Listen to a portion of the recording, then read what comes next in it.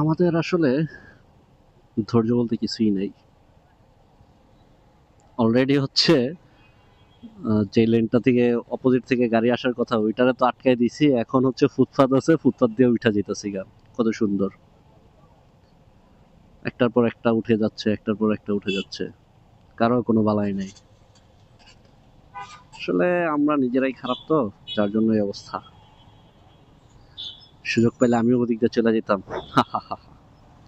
এরকমটাই তো বলে সবাই। আহ,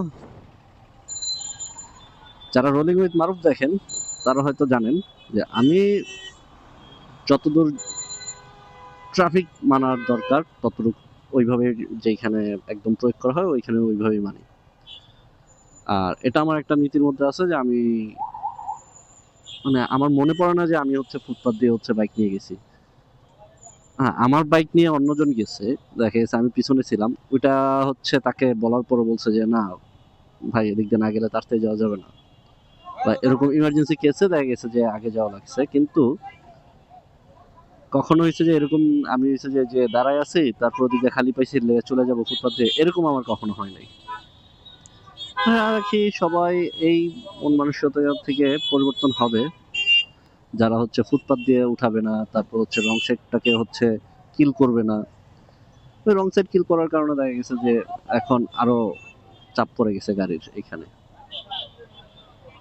আচ্ছা, রং সাইড এই যে এই পাশে এটা কখন ইউজ করা যায়? যখন দেখা গেছে যে আপনার রাস্তাটা খালি আছে তখন আপনি টাইনে গেলেন, টাইনে যে ওদিক দিয়ে ঢুকে গেলেন। কিন্তু যখন দেখতেছেন যে রাস্তাটা খালি নাই, আমার জন্য আবার আরেকটা অবস্টাকল তৈরি হইতেছে, সেই ক্ষেত্রে কিভাবে হয়েছে যে আমরা ইয়া করি।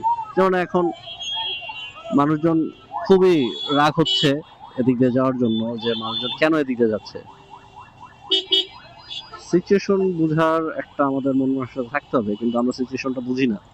মানে যে কত মানুষ এসে যে ফুটপাত দিয়ে নামতেছে, এখন পুরোপুরি আমি রং সাইডে, কিন্তু এইটা এখন ফ্লোটাই হচ্ছে এদিক দিয়ে হয়েছে যা, ডান পাশ দিয়ে হয়েছে যা ফ্লাইওভার উঠবে।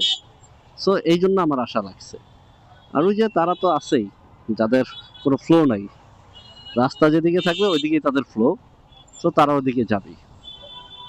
তো এগুলা থেকে আমাদের আসলে নিজেরাই যদি না পরিবর্তন হই তাহলে দেশ কিভাবে পরিবর্তন হবে? আর দেশের খালি গাইলে যাবো এই জ্যামের জন্য যাইতে পারি না, এই জ্যামের জন্য ওটা হয় না, সকালে এনে বসে থাকে পুলিশ ধরলেই সমস্যা, এই সমস্যা। কিন্তু আমি যে আকাম করতেছি এটার আসলে কোনো বালাই নেই।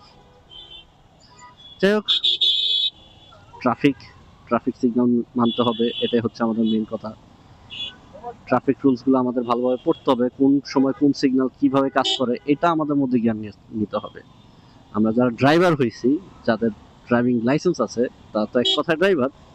সো ড্রাইভাররা যেন অ্যাটলিস্ট ড্রাইভিং এর যতগুলা নিয়ম কানুন আছে সেগুলো যেন ঠিক করে মেনে চলে। That's it.